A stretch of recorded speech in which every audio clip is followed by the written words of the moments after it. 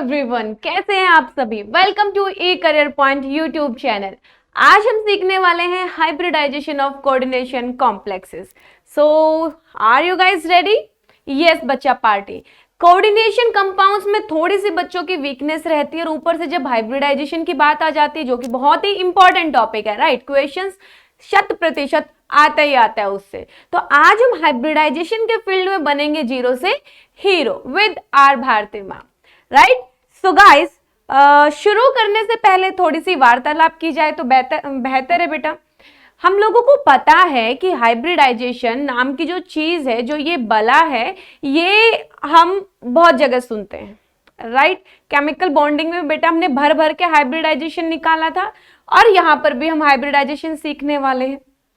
फर्क क्या है? कोई फर्क नहीं है। जो तुमने हाइब्रिडाइजेशन केमिकल बॉन्डिंग में पढ़ी थी, वही वाली हाइब्रिडाइजेशन तुम्हें कोऑर्डिनेशन कॉम्प्लेक्सेस में भी पढ़नी होती है। बस बात जरा सी यहां पर डिफर कर जाती है कि कोऑर्डिनेशन कॉम्प्लेक्सेस का नाम सुनते थोड़ा सा हम पीछे हट जाते हैं कि मैम ये तो कोऑर्डिनेशन कॉम्प्लेक्स है।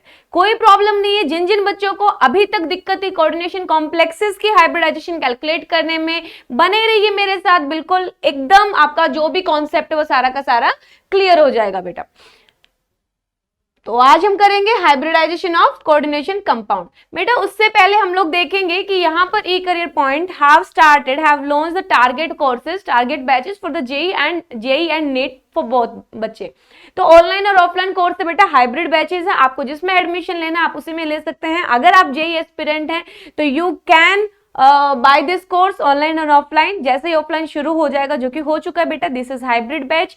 यहाँ पर फैसिलिटीज क्या क्या मिलने वाली है? फैसिलिटीज लाइव क्लासेस होंगी बेटा एक्सपर्ट फैकल्टीज से। जो भी आपका टॉपिक होगा, सारे के सारे टॉपिक, सारे के सारे कॉन्सेप्ट्स क्लियर होंगे by the expert faculties of career point. उसके बाद रोज पढ़ाने के साथ साथ बेटा जब तक हम प्रैक्टिस नहीं करते तब तक कोई भी फायदा नहीं है। तो उसके बाद हम लोगों को प्रैक्टिस प्रॉब्लम भी मिलते हैं, डेली क्विजेस भी होते हैं चैप्टर वाइज बेटा। उसके बाद exercise sheet and solutions also provided. सबसे जो इंपॉर्टेंट चीज बेटा जो मुझे लगती है, सिंपली मैं अब ये बोलना चाह रही हूँ कि जो मुझे सबसे बेटर लगता है वो है जूम डाउट सॉल्विंग क्लासेस बेटा। पर्सनली जो आपके मेंटर्स होते हैं वो आपसे इंटरेक्ट करते हैं एंड उसके बाद डाउट क्लासेस में जितने भी आपके डाउट्स है regarding the concept, regarding the subject, regarding the topic, सारे क्लियर होते हैं। So this is amazing, right. Recorded video lecture, आज आपने लेक्चर अटेंड नहीं किया तो उसका आपको रिकॉर्डेड वर्जन आपको मिलेगा बेटा ऐप में। Online test series and feedback and motivational seminar, जो कि बहुत इंपॉर्टेंट होते हैं जेई और नीट एस्पिरेंट्स के लिए। एक टाइम आता है कि जब हमें थोड़ी सी मोटिवेशन की जरूरत होती है, पढ़ते पढ़ते हम कोई ना कोई ऐसी चीज हो जाती है जिससे थोड़ा सा डिमोटिवेट हो जाते हैं या फिर कभी कभार स्ट्रेस आ जाता है। तो उसके लिए seminars, motivational seminars are very very important बच्चे। Same for the NEET batch 2022 बेटा 2022 के लिए we have started our target batches. So आप अगर जेई एस्पिरेंट हैं या नीट एस्पिरेंट हैं, आपके सारे के सारे डाउट्स क्लियर होंगे, सारे कॉन्सेप्ट्स क्लियर होंगे। जस्ट टेक दिस कोर्सेज अगर आप यहां से पढ़ना चाहते हैं तो आज बेटा हम जो टॉपिक पढ़ने वाले हैं दैट इज हाइब्रिडाइजेशन। वो किस टॉपिक से निकल के आता है? Obviously valence bond theory. तो ये नाम देख के तुम्हें लग ही रहा होगा, मतलब ये नाम खुद आपको बोल रहा है, नाम तो सुना ही होगा तुमने मेरा, है ना। कहाँ सुना है बेटा? यस, केमिकल बॉन्डिंग में we have studied about valence bond theory. तो जो हाइब्रिडाइजेशन का कॉन्सेप्ट निकल के आता है बेटा वो वैलेंस बॉन्ड थ्योरी से ही निकल के आता है, जो कि हमें क्या सिखाता है? बॉन्ड फॉर्मेशन के बारे में सिखाता है कि किस तरीके से मॉलिक्यूल्स के अंदर बॉन्ड फॉर्म होते हैं। देखिए इनसे भी बेहतरीन थ्योरीज बाद में आई है, बहुत बेहतरीन थ्योरीज आई है जो कोऑर्डिनेशन कॉम्प्लेक्सेस में जो आप थ्योरीज पढ़ते हैं। वैलेंस बॉन्ड थ्योरी बेटा, यस, वर्नर थ्योरी को काउंट नहीं करता है ना, don't count the Werner theory. Valence bond theory, after that crystal field theory बेटा। उसके बाद भी थ्योरीज आई है इन कोऑर्डिनेशन फील्ड, जैसे कि आपका ligand field theory and molecular orbital theory. But आपके सिलेबस में केवल और केवल वैलेंस बॉन्ड थ्योरी है बेटा और क्रिस्टल फील्ड थ्योरी है, राइट। सो शुरू करते हैं from the valence bond theory, जिसके जरिए हम हाइब्रिडाइजेशन की कैलकुलेशन सीखेंगे। सबसे पहले देखते हैं वैलेंस बॉन्ड थ्योरी होती क्या बेटा। केमिकल बॉन्डिंग में जो सीखा, क्या वही चीज तुम्हें यहाँ पर सीखनी है?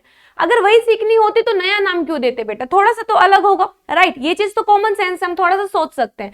सो as per valence bond theory the bonding in metal complexes arises when a filled ligand orbital containing a pair of electron overlaps a vacant hybrid orbital on the metal ion to give a coordinate bond। बेटा जो last वाला नाम है इस वाले नाम पर हम फोकस करेंगे, और ये नाम क्या है,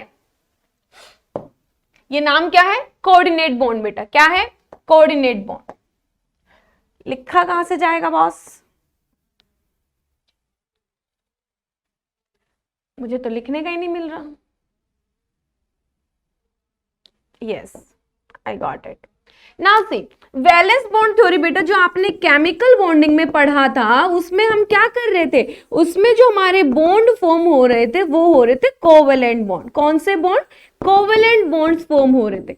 बट इन कोऑर्डिनेशन कॉम्प्लेक्सेस नाम में लिखा हुआ है कोऑर्डिनेशन यानी कि कोऑर्डिनेट बॉन्ड। तो कौन से बॉन्ड बनते हैं यहाँ पर, कोऑर्डिनेट बॉन्ड बनते हैं बेटा। कौन से, कोऑर्डिनेट बॉन्ड। तो अब अगर तुम्हारी नॉलेज में ये वाला टॉपिक है तो तुम्हें पता होगा कि कोऑर्डिनेट बॉन्ड क्या होता है। कोवेलेंट बॉन्ड के अंदर म्यूचुअल शेयरिंग होती है बेटा। क्या होती है, म्यूचुअल शेयरिंग, यानी कि एक इलेक्ट्रॉन लीगेंड का तो दूसरा इलेक्ट्रॉन मेटल का, और वो फिर बॉन्ड बना रहा है। बट इन कोऑर्डिनेशन कॉम्प्लेक्सेस क्या होता है, यहाँ पर दोनों ही जो इलेक्ट्रॉन होते हैं वो लीगेंड के होते हैं, और मेटल का जो ऑर्बिटल होता है वो क्या होता है, वैकेंट होता है बेटा। तो वैलेंस बॉन्ड थ्योरी के अकॉर्डिंग इन कोऑर्डिनेशन कॉम्प्लेक्सेस जो आपके इलेक्ट्रॉन्स होते हैं, लोन पेयर जो होते हैं बेटा, वो डोनेट किए जाते हैं लीगेंड्स के द्वारा, और एक्सेप्ट किसके द्वारा किए जाते हैं, मेटल के द्वारा। यानी कि मेटल का कंप्लीट जो ऑर्बिटल होगा वो खाली होगा, that will be vacant, and ligands will donate the electron into the vacant orbital of metal. तो बेटा यही चीज हम पढ़ते हैं वैलेंस बॉन्ड थ्योरी या फिर hybridization of the coordination complexes के अंदर, कि जो बॉन्ड बनते हैं मेटल और लीगेंड के बीच में बेटा ऐसा बॉन्ड नहीं बनता। कैसा बनता है, इस तरीके का। लीगेंड जो है वो अपने इलेक्ट्रॉन मेटल को दे रहा है। I hope this is clear to you. इसके कुछ assumptions बेटा VBT के in coordination complexes there are some assumptions, let's see those assumptions and then we will calculate the hybridization of the complexes बेटा। The central metal ion in the complex makes available a number of empty orbital for the formation of coordination compound with suitable ligand। ये क्या कह रहा है, ये कह रहा है कि जो सबसे पहले मेटल है ना तुम्हारा सेंट्रल मेटल एटम, उसके पास अवेलेबल होनी चाहिए वैकेंट ऑर्बिटल। वो सबसे पहले अपने पास, ऐसा होता है ना कि जब घर में मेहमान आ रहे होते हैं तो हम लोग थोड़ी जगह बनाते हैं अच्छी अच्छी सी, वैसे ही मेटल को भी जगह बनानी पड़ती है खुद में, कि लिगेंड सारे अपने इलेक्ट्रॉन डोनेट करेंगे तो हमारे पास जगह होनी चाहिए। तो सबसे पहले मेटल ट्राई करता है कि उसके पास वैकेंट ऑर्बिटल अवेलेबल हो ताकि लिगेंड आके इसको इलेक्ट्रॉन डोनेट कर सके।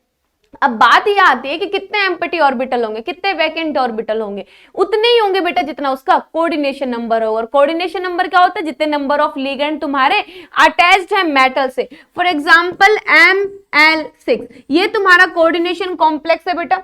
ये जो तुम्हारे स्क्वायर ब्रैकेट्स हैं ये क्या है, कोऑर्डिनेशन स्फीयर। क्या है बेटा, coordination sphere. Metal is the central metal ion बेटा, central metal ion, and L is your ligand बेटा। N क्या है, लीगेंड से जो तुम्हारे इलेक्ट्रॉन्स डोनेट करते हैं, and this 6 is the coordination number. यानी कि जो तुम्हारा मेटल है ये मेटल कितने एम्प्टी ऑर्बिटल्स क्रिएट करेगा, इसके पास कितने एम्प्टी ऑर्बिटल्स होंगे, that will depend upon the coordination number of the central metal ion. जितने इसके पास कोऑर्डिनेशन नंबर होगा बेटा, जितने लिगेंड्स जुड़े हुए होंगे, इससे ये समझो कि घर में मम्मी कितनी प्लेट्स निकालती है, जितने गेस्ट आने वाले होते हैं उतनी ही नई प्लेट्स निकलती हैं तुम्हारे घर पर, ज्यादा नहीं निकलती ना। सिंपली मेटल उतने ही ऑर्बिटल्स को वैकेंट रखेगा, अवेलेबल रखेगा जितने इसके पास लिगेंड्स आए होंगे। अब ऐसा तो है नहीं 6 लिगेंड आ गए तो ये 5 से इलेक्ट्रॉन लेगा, छठे से लेगा नहीं, कि 6 छठे मेहमान को तुमने आराम से बिठा रखा कि चुपचाप उस कोने में बैठ जाओ, तुम्हें नहीं मिलेगा खाने का सामान, ऐसा थोड़ी ना कुछ होता है। तो जितने लिगेंड्स आए उन लिगेंड्स के लिए तुम्हारा जो मेटल है मेटल के पास ऑर्बिटल्स अवेलेबल रहेंगे। तो these are the assumptions, some basic assumptions कि सबसे पहले जो तुम्हारा मेटल होता है सेंट्रल मेटल आयन, उसके पास वैकेंट ऑर्बिटल अवेलेबल होने चाहिए। और कितने वैकेंट ऑर्बिटल बेटा? जितने कोऑर्डिनेशन नंबर होंगे। अगर 6 कोऑर्डिनेशन नंबर है तो 6 ऑर्बिटल्स मिलेंगे तुम्हें मेटल के पास। 4 कोऑर्डिनेशन नंबर है तो 4 वैकेंट ऑर्बिटल मिलेंगे। और 5 अगर लिगेंड जुड़े हुए तो 5 वैकेंट ऑर्बिटल्स अवेलेबल होंगे तुम्हारे मेटल आयन के ऊपर। ठीक है, तुम्हारे कोऑर्डिनेशन नंबर बेटा कितने भी हो सकते हैं, 4 5 6 7 8 कितने भी हो सकते हैं, जहां तक इनको स्टेबिलिटी मिले, स्टेरिक क्राउड ज्यादा ना हो। बट हमारे सिलेबस में बेसिकली 4 and 6 है। Right, clear. बाकी और देखते हैं बेटा। appropriate atomic number atomic जो orbitals है बेटा sp_d of the metal hybridized to give a set of equivalent orbital of definite geometry such as square, planar, tetrahedral and octahedral। देखो ये वाली चीज तो हमने केमिकल बॉन्डिंग में भी पढ़ी थी कि ओवरलैपिंग से पहले किसी दूसरे मॉलिक्यूल के, दूसरे एटम के ऑर्बिटल से ओवरलैपिंग करने से पहले जो एटम के खुद के ऑर्बिटल है बेटा वो मिक्स करते हैं, वो हाइब्रिडाइज्ड होते हैं। राइट, नए हाइब्रिड ऑर्बिटल बनाते हैं ताकि उनकी सिमिलर एनर्जी हो जाए और वो और अच्छे से ओवरलैप कर पाए दूसरे ऑर्बिटल के साथ, दूसरे एटम के ऑर्बिटल के साथ। सिमिलर केस होता है तुम्हारा कोऑर्डिनेशन कॉम्प्लेक्सेस के अंदर। सबसे पहले जो तुम्हारे मेटल के ऑर्बिटल्स हैं बेटा, मेटल के ऑर्बिटल्स हैं। अब देखो कहानी समझो तुम, कहानी क्या है। मान लो यहां पर Ml6 है, क्या है बेटा? Ml6। लीगेंड 6, कोऑर्डिनेशन नंबर 6 है, यानी कि 6 लीगेंड से हमारे पास तो 6 वैकेंट ऑर्बिटल होने चाहिए मेटल के पास। तो मेटल क्या करेगा? अपने 6 ऑर्बिटल्स की हाइब्रिडाइजेशन करवाएगा बेटा। पहले 6 ऑर्बिटल्स, जो 6 ऑर्बिटल ये अवेलेबल करवाएगा ना लीगेंड की अप्रोच के लिए, उन ऑर्बिटल्स का पहले ये हाइब्रिडाइजेशन करवाएगा, यानी कि उनकी इक्विवेलेंट एनर्जी करेगा, ताकि जो ये इसके हाइब्रिड ऑर्बिटल्स हैं that can overlap better with these ligands. Is it clear everybody? Yes. तो जो आपका मेटल है बेटा, ये मेटल 6 अपने ऑर्बिटल्स को वैकेंट करेगा, उनकी मिक्सिंग करवाएगा, यानी कि उनको हाइब्रिड ऑर्बिटल में कन्वर्ट करेगा। कोई s है, कोई px है, py है, pz है, dxy, dxz, dx² -y², कुछ भी है। तो इनकी अलग अलग एनर्जीज हैं, अलग अलग प्रॉपर्टीज हैं। पहले इनको इंटरमिक्स करेंगे ताकि सारे के सारे सेम जोन में आ जाए बेटा। या तो sp3d हो जाए, d2sp3 हो जाए, सबका सब जितने भी अलग अलग ऑर्बिटल है उन सबके पास तुम्हारी हाइब्रिडाइजेशन सेम हो जाए, सेम प्रॉपर्टीज हो, सेम एनर्जी हो, उसके बाद वो बेटर ओवरलैपिंग कर पाएगा लिगेंड्स के साथ। Yes everybody, clear. उसके बाद following type of the hybridization are involve. कौन कौन से बेटा? sp3d2 हमने पढ़ा है, d2sp3 भी होता है। कई बार बच्चे बोलते हैं ma'am what is the difference between this sp3d2 and d2sp3? दो ही तो d ऑर्बिटल है, एक s ऑर्बिटल है, 3 p ऑर्बिटल है। हाँ, मैं भी तो यही कह रही हूँ, क्या ही तो डिफरेंस है।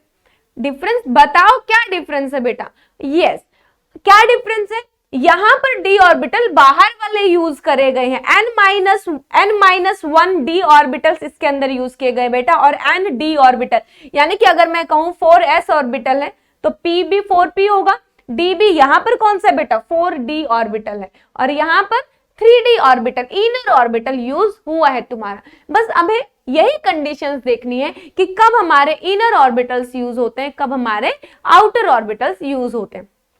Each ligand has at least one orbital of donor atom containing a lone pair of electron। यानी कि ये कह रहा है कि जो ligand तुम यूज कर रहे हो, metal ligand and this is your coordination complex, this is ligand, 6 ligand बेटा। तो जैसे मेटल के पास 6 वैकेंट हाइब्रिडाइज्ड ऑर्बिटल होंगे बेटा, 6 वैकेंट हाइब्रिडाइज्ड ऑर्बिटल होंगे, उसी तरीके से लीगेंड के पास भी एटलीस्ट एक ऐसा ऑर्बिटल होना चाहिए, एटलीस्ट एक ऐसा ऑर्बिटल होना चाहिए जिसके थ्रू वो लोन पेयर को डोनेट कर सके। यानी कि अगर किसी के घर जाते हो तो खाली हाथ मत जाओ, एटलीस्ट केले लेके चले जाओ, फ्रूट्स ही लेके चले जाओ, है ना। तो वही बात है बेटा, अगर तुम किसी के घर मेहमान बन के जा रहे हो तो तुम्हारे जेब में कुछ तो होना चाहिए। दोस्तों से मिलने जा रहे हो तो चॉकलेट ले जाओ, रिश्तेदारों से मिलने जा रहे हो तो फ्रूट्स ले जाओ, बट कुछ लेके जाओ, खाली हाथ मत लेके जाओ। खाली हाथ जाओगे तो सामने वाला भी अच्छा खाना नहीं खिलाएंगे, बोलेंगे खुद ही चिंदी है, खुद ही कंजूस है, कुछ लेके ही नहीं आए तो क्या ही खिलाए इनको, है ना। तो जो लीगेंड है, लीगेंड के पास ऑब्वियसली इलेक्ट्रॉन होने चाहिए, इसका तो काम ही यही है ना कि लिगेंड है, ये मेटल को इलेक्ट्रॉन डोनेट करने आ रहा है, जब ये इलेक्ट्रॉन डोनेट कर ही नहीं सकता तो किस बात का लिगेंड हुआ? Is it clear? सो यहाँ पर एटलीस्ट एक ऑर्बिटल तो लिगेंड के अंदर ऐसा होना चाहिए जो अपना लोन पेयर डोनेट कर सके बेटा, ठीक है। The empty hybrid orbital of metal ion overlap with the filled orbital of the ligand to form the metal ligand coordinate covalent bond बेटा। ये क्या कह रहा है? लिगेंड के पास एक ऐसा ऑर्बिटल होना चाहिए, एटलीस्ट कम से कम एक, ज्यादा कितने भी हो सकते हैं, कम से कम एक ऐसा ऑर्बिटल होना चाहिए जो तुम्हारी मेटल को इलेक्ट्रॉन डोनेट कर सके बेटा, और मेटल के पास वैकेंट ऑर्बिटल होने चाहिए ताकि ये लिगेंड के फील्ड ऑर्बिटल से इलेक्ट्रॉन्स को गेन कर सके। Is it clear everybody? Yes. तो इसको क्या बोलते बेटा? कोऑर्डिनेट कोवेलेंट बॉन्ड बोलते कि दोनों के दोनों जो इलेक्ट्रॉन है वो तुम्हारे लिगेंड के हैं और मेटल के वैकेंट ऑर्बिटल में लिगेंड शेयर कर रहा है। कोवेलेंट क्या होता है? Mutual sharing. कोऑर्डिनेट कोवेलेंट क्या होता है कि अब म्यूचुअल कुछ भी नहीं है, अब बस मेरा है, मेरे को थोड़ी दया आ गई तेरे पे तो इसलिए चल शेयर कर लेते हैं, दैट्स ऑल, बाकी कुछ नहीं है, बट दोनों के दोनों इलेक्ट्रॉन मेरे हैं। तो ये है बेटा assumptions of the valence bond theory. एक बार फिर से क्लियर करेंगे। सबसे पहले मेटल के पास तुम्हारे वैकेंट ऑर्बिटल होने चाहिए, कितने होने चाहिए? जितना कोऑर्डिनेशन नंबर होगा। अब बात ये आती है कि वो जो मेटल है वो वैकेंट ऑर्बिटल हाइब्रिडाइजेशन क्यों करवा रहा है उन ऑर्बिटल्स की? सिंपली भी तो करा सकता था ना ओवरलैपिंग, वो इसलिए हाइब्रिडाइजेशन कराता है, इसलिए मिक्सिंग ऑफ द ऑर्बिटल्स करवाता है ताकि सबकी सिमिलर एनर्जी हो जाए बेटा, इक्विवेलेंट एनर्जी हो जाए और बेटर ओवरलैपिंग हो, राइट। ये वाली बात तो आप सबको ही पता है। हाइब्रिड ऑर्बिटल्स ज्यादा बेटर काम करते हैं किनसे? पीछे वाले एटॉमिक ऑर्बिटल से, है ना, उनको ज्यादा नॉलेज होती है। वी आर नॉट सेइंग कि हम बच्चों को ज्यादा नॉलेज है हमारे पेरेंट्स से, बिल्कुल भी नहीं है। दे आर मोर एक्सपीरियंस, उनको ज्यादा नॉलेज है, बट अगर टेक्नोलॉजी के टाइम पर देखा जाए so we are hybrid of our parents, and जैसे जैसे टेक्नोलॉजी बढ़ रही है तो हम लोगों को इस फील्ड में ज्यादा नॉलेज है than them, right. So hybrid orbitals are far better than, like दादा दादी से ज्यादा अच्छे मम्मी पापा के दिमाग में चीजें चलती है। मम्मी पापा से अभी अगर आज का फील्ड देखा जाए तो हमारा चलता। प्लीज कोई लड़ने मत लग जाना अपने मम्मी पापा से, हाँ तुम्हें कुछ नहीं पता हमें सब पता है, ऐसे मत करना, तुम्हें कुछ भी नहीं पता है। आई एम जस्ट सेइंग कि टेक्नोलॉजी के फील्ड में हम सोच सकते हैं कि we are far better than our parents, we are hybrid of our parents, right. तो चलिए, इनर ऑर्बिटल कॉम्प्लेक्स और लो स्पिन कॉम्प्लेक्स बेटा, आउटर ऑर्बिट कॉम्प्लेक्स और हाई स्पिन कॉम्प्लेक्स, ये क्या होते हैं एक बार देख लेते हैं। देखो तुम्हें भी पता है कि इनर ऑर्बिटल कॉम्प्लेक्स का मतलब, एग्जांपल लेके चलते हैं sp3d2 और d2sp3 बेटा, d2sp3, इसके अंदर जो d ऑर्बिटल यूज होता है वो nd ऑर्बिटल यूज होता है, और इसके अंदर जो d ऑर्बिटल यूज होता है वो n-1d ऑर्बिटल यूज होता है। क्यों बॉस, इतना समझ आया? अब देखो तुम्हें भी पता है कि किस तरीके से इलेक्ट्रॉनिक कॉन्फ़िगरेशन भरी जाती बेटा, 1s2 2s2 2p6 3s2 3p6, right. Then 3d के बाद 4s 4p, इस तरीके से आता है। तो ये तुम्हारा, अगर मैं बोलूं बेटा 3d ऑर्बिटल है इस तरीके से, 1 2 3 4 5, यहां पर तुम्हारा 4s है, उसके बाद तुम्हारा 4p है, right. Is it clear?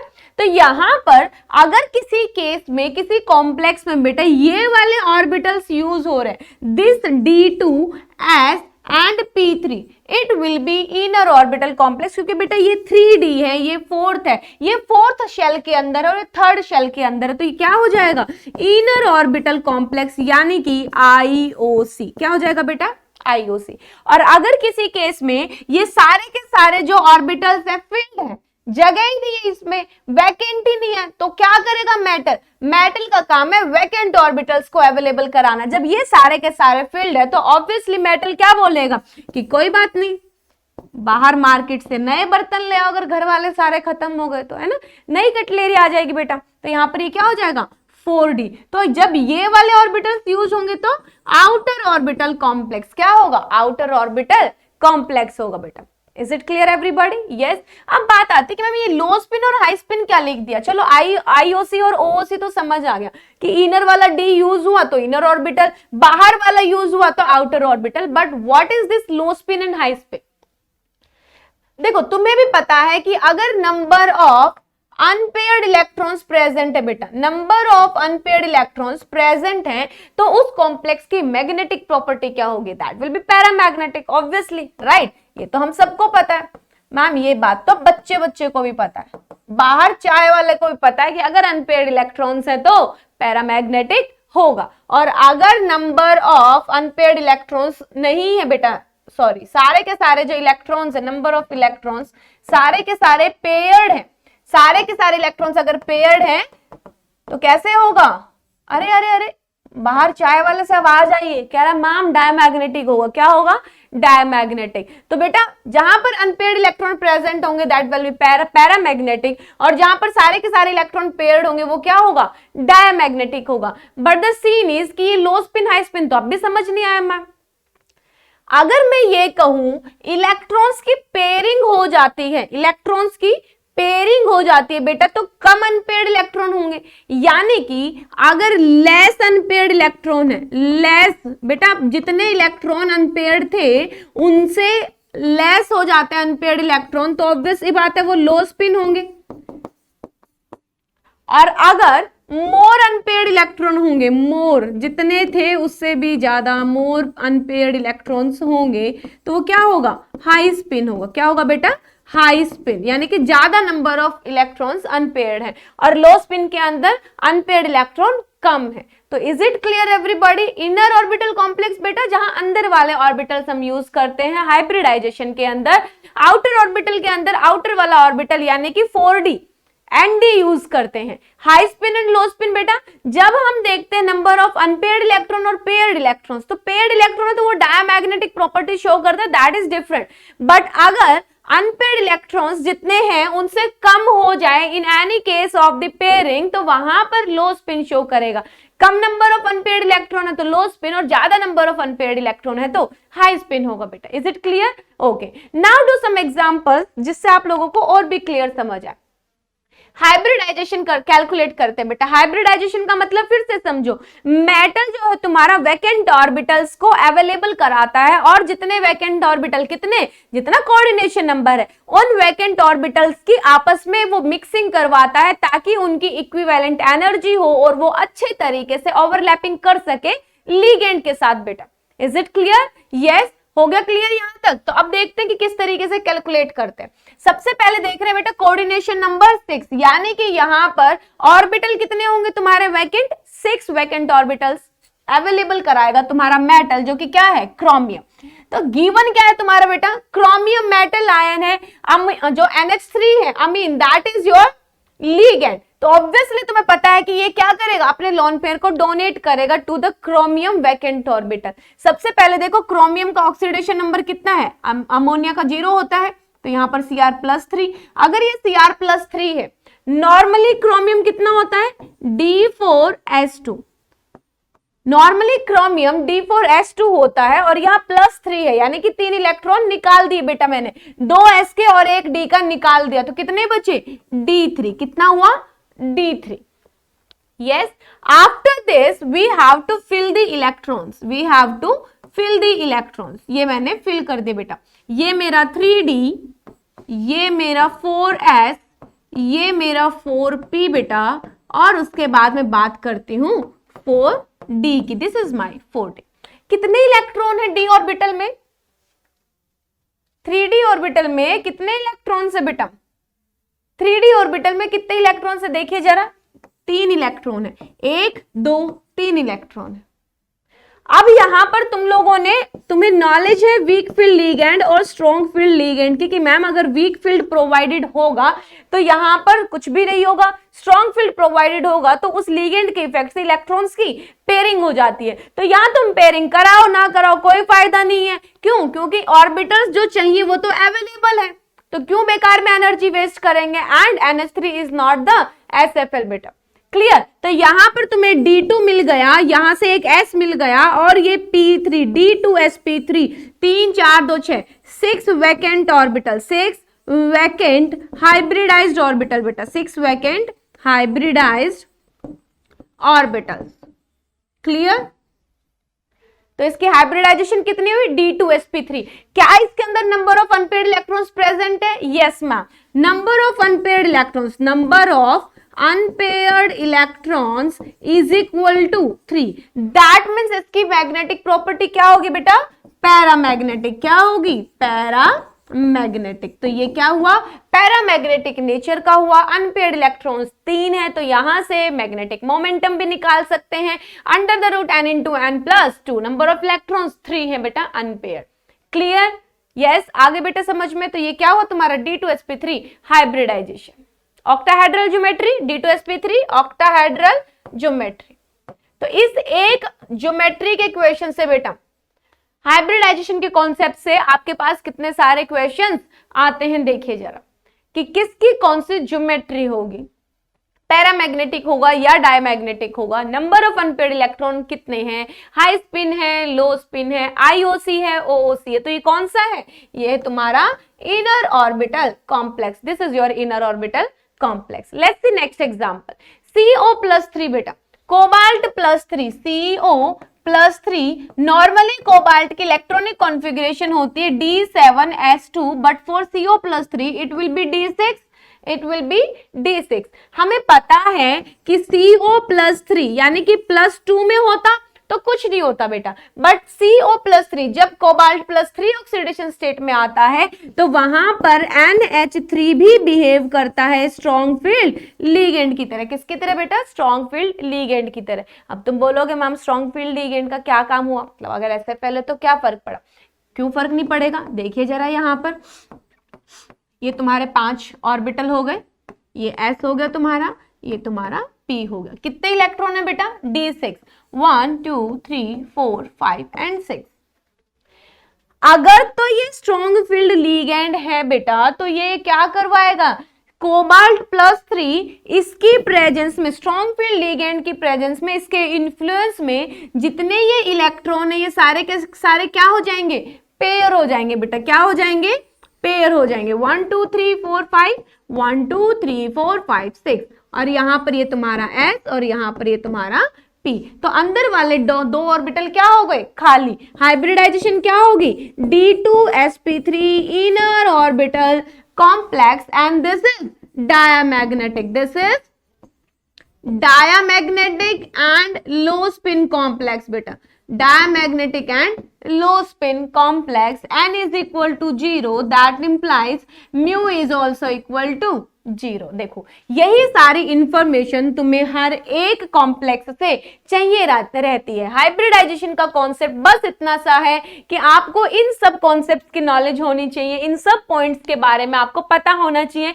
What will be the hybridization, yes, what will be the geometry, geometry depends upon the coordination number, right? So coordination number 6 है तो it will be octahedral, hybridization will be D2sp3, D2 यानी कि inner orbital complex है, अंदर वाले orbitals का use हुआ है। अगर अंदर वाले ऑर्बिटल्स का यूज हुआ है बेटा तो नंबर ऑफ अनपेयर्ड इलेक्ट्रॉन कितने हुए, यहाँ पर 0 हुए। और तुम्हें पता है कि जो मैग्नेटिक मोमेंट होता है that is n into N plus 2 under the root Bohr magneton. तो यहाँ पर n की वैल्यू 0 है तो तुम्हारा म्यू भी 0 हो जाएगा। This is low spin complex.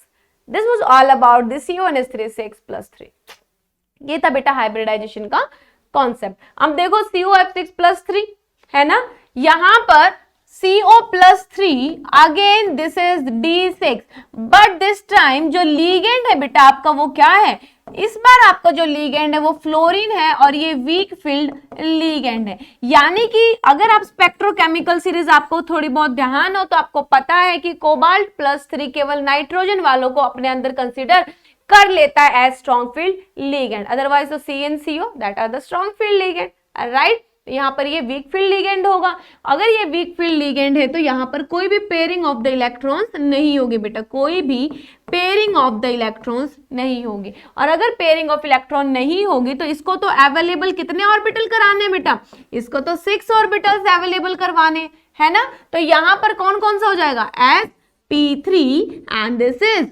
D2। तो जो इसकी हाइब्रिडाइजेशन होगी that will be sp3d2 and it will B outer orbital complex, it will B outer orbital complex. Number of unpaired electron कितने हैं बेटा, 1 2 3 4, नंबर ऑफ अनपेयर्ड इलेक्ट्रॉन 4 है, that means it will B paramagnetic. कैसा होगा बेटा ये, paramagnetic and also high spin complex. कैसा होगा, हाई स्पिन कॉम्प्लेक्स। और अगर मैग्नेटिक मोमेंट कैलकुलेट करना तो it will be 2 into 2 plus 2 under the root, यानी कि n इंटू n प्लस 2 बेटा, 4 2 जा 8, तो क्या हो जाएगा 2 under root 2 bm. It will be magnetic moment. I hope this is clear to everybody.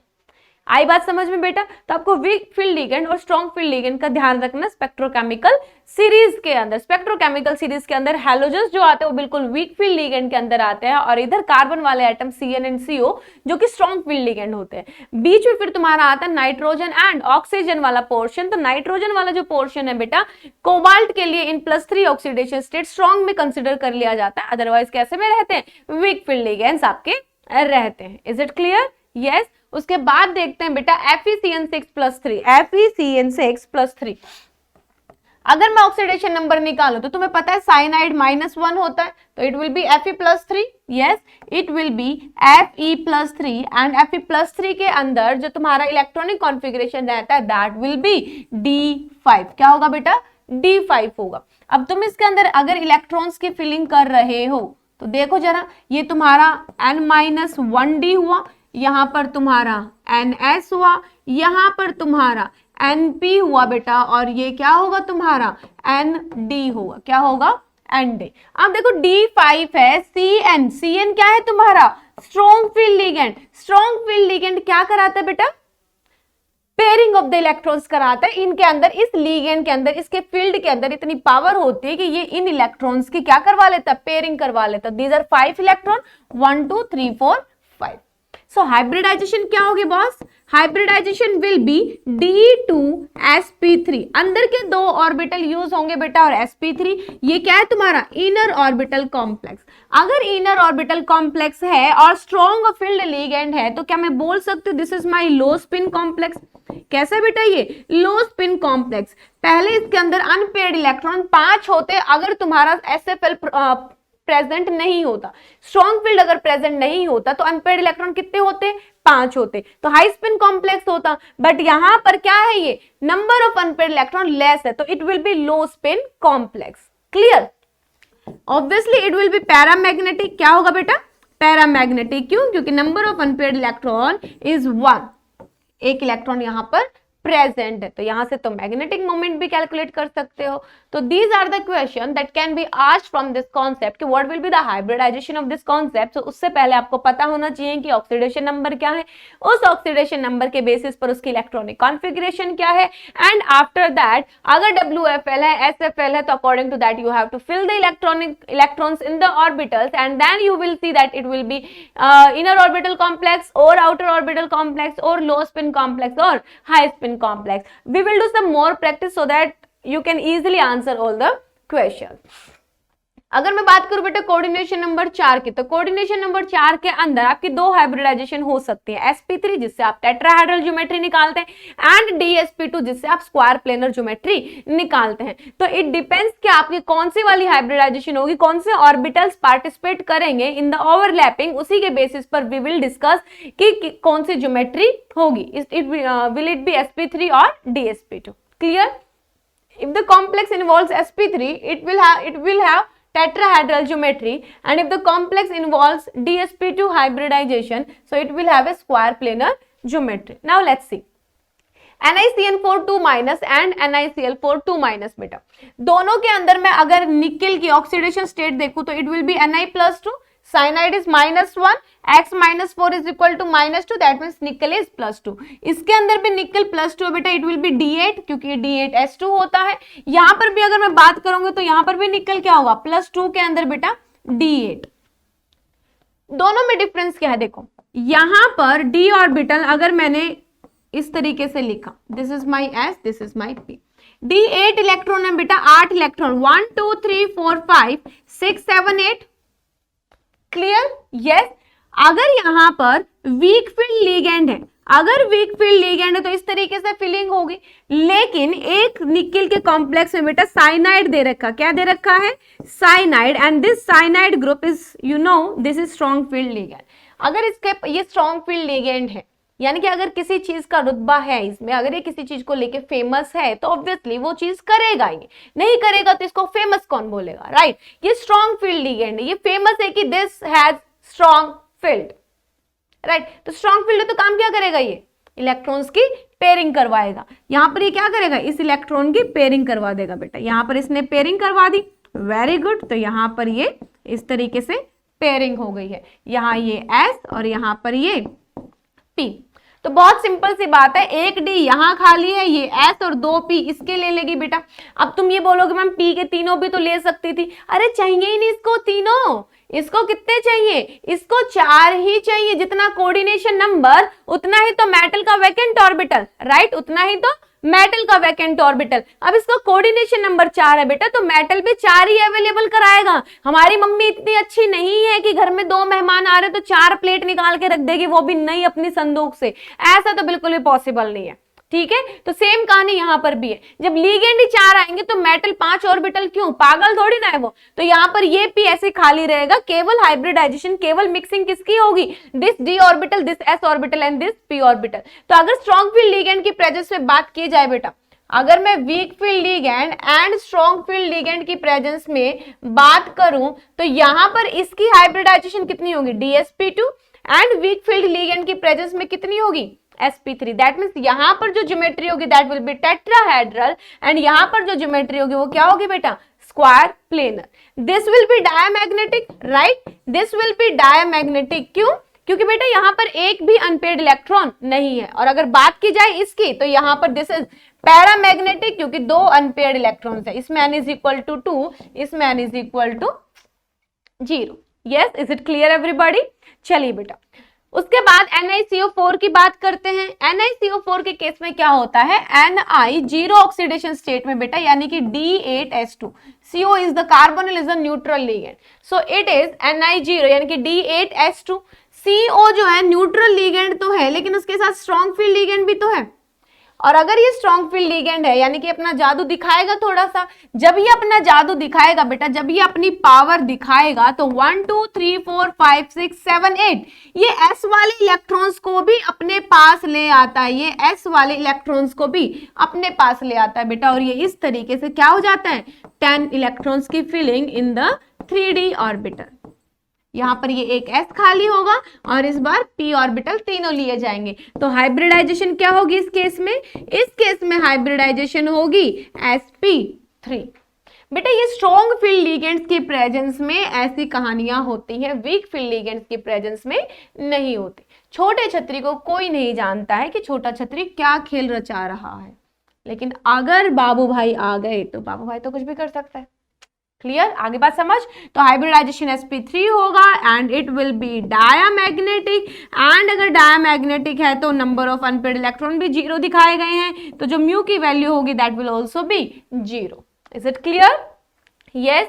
इसके बाद बात करते हैं बेटा, अगर तुम्हें कहीं पर भी hybridization of the complexes of coordination number 5 मिल जाए तब आप कैसे कैलकुलेट करेंगे। This is the coordination number 5 बेटा।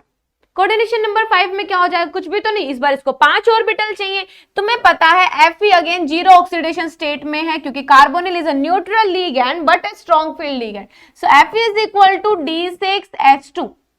CO की प्रेजेंस में क्या मैं बोल दूं कि ये D8 हो जाएगा, मैं बोल सकती हूँ बेटा, है ना। तो यहां पर क्या होगा, D8 1 2 3 4 5 D8 बेटा CO स्ट्रॉन्ग फील्ड, तो ऑब्वियसली क्या होगी, पेयरिंग हो जाएगी। यहां पर क्या हो जाएगी, पेयरिंग। 5 का अगर कोऑर्डिनेशन नंबर है यानी कि इसको 5 वैकेंट ऑर्बिटल चाहिए, एक तुम्हारा D हो गया, एक S हो गया, और बचे हुए 3 क्या होंगे बेटा, 3। तो हाइब्रिडाइजेशन क्या होगी, DsP3 हो गया बेटा, DsP3। Trigonal bipyramidal will be the geometry, trigonal bipyramidal will be the geometry of the complex FeCO5। Is it clear, yes. यहां पर ये क्या हो गया बेटा, डायामैग्नेटिक अगेन। अगर ये डायामैग्नेटिक है और इनर ऑर्बिटल कॉम्प्लेक्स है, नंबर ऑफ अनपेयर्ड इलेक्ट्रॉन 0 है, so magnetic moment will also be 0। I hope this is clear to everybody. बेटा ये सारे के सारे कॉन्सेप्ट्स है from this hybridization, from the calculation of the hybridization. If you know how to calculate the hybridization of any coordination complex, then उसके साथ साथ आप बाकी क्वेश्चंस के आंसर भी कर सकते हैं, जैसे कि पैरामैग्नेटिक है या डायमैग्नेटिक है, इनर ऑर्बिटल है या आउटर ऑर्बिटल है, weak field ligand, strong field ligand की नॉलेज आपको होनी चाहिए on the basis of the spectrochemical series बेटा, वो पूरा का पूरा experimental based spectrochemical series that you should learn from your NCERT और from any other reference. I hope this is clear to everybody. हमारे सिलेबस में only coordination number 4, coordination number 6, coordination number 6 यानी कि ऑक्टाहेड्रल ज्योमेट्री, कोऑर्डिनेशन नंबर 4 यानी कि tetrahedral और square planar geometry बेटा। Tetrahedral geometry will be when the hybridization will be sp3 and square planar will be on the hybridization dsp2। Clear? On the hybridization of dsp3 it will be trigonal bipyramidal. So it was all about the concept of the hybridization of the coordination complexes, जहां से हमें सारे के सारे information मिल जाती हैं। I hope कि आप लोगों को ये लेक्चर यूजफुल लगा होगा बेटा।